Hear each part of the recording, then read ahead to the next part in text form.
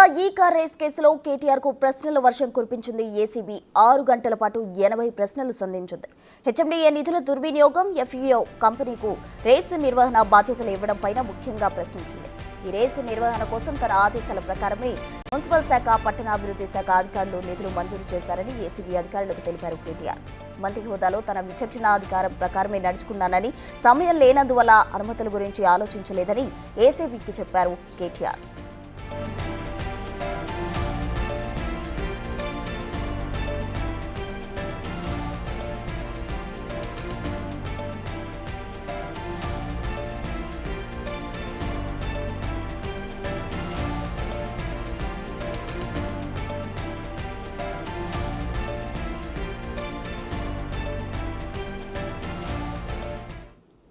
Formula ఈ car race కేసులో కేటీఆర్ కు ఏసీబీ నిన్న ప్రశ్నల వర్షం కురిపించింది. అయితే దాదాపు 6 గంటల పాటు 80 ప్రశ్నలు కూడా సంధించినట్టు సమాచారం. పూర్తి వివరాలు అందించేందుకు మా ప్రతినిధి రానా సిద్ధంగా ఉన్నారు. రానా, చెప్పండి, ఏసీబీ అధికారుల ప్రశ్నలకు కేటీఆర్ ఏ విధంగా సమాధానం ఇచ్చారు? పూర్తి డీటెయిల్స్ ఏంటి?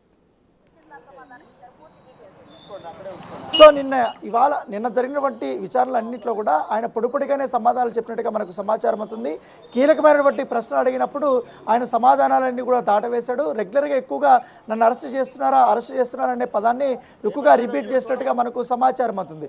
దానితో పాటు ఎప్పుడైతే విచారణ మరొకసారి రావాల్సి ఉంటుందనేసి చెప్పినప్పుడు ఏంటి మీ ప్రభుత్వం ఇంత ఉదారంగా ఉందనే ఆ ఉద్దేశంతో ఆ మాట అన్నట్టుగా తెలుస్తుంది.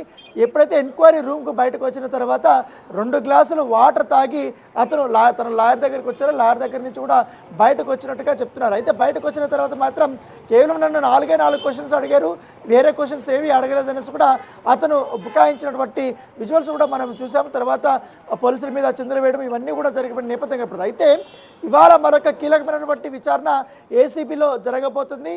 అదే హెచ్ఎండిఏ మాజీ చీఫ్ ఇంజనీర్ బట్టి బీరన్ రెడ్డి యొక్క స్టేట్మెంట్ అనేది కూడా చాలా కీలకం ఈ కేసులో.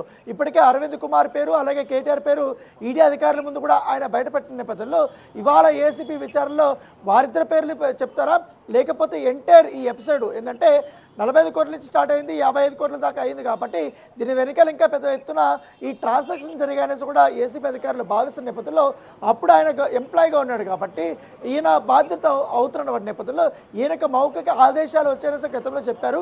ఎవరిచ్చారు, దేనివల్ల ఇచ్చారు, ఎట్లా ట్రాన్సాక్షన్ జరిగింది, దాంతోపాటు దీంట్లో అరవింద్ కుమార్ యొక్క పాత్ర ఎంత అనేది కూడా ఇవాళ విచారించబోతున్నారు. సో బీరన్ రెడ్డి యొక్క స్టేట్మెంట్ అనేది కూడా చాలా కీలకంగా అవుతుంది. కాబట్టి ఆయన కూడా ఇవాళ 6 గంటల పై విచారించబోతున్నట్టుగా మనకు సమాచారం అందుతుంది.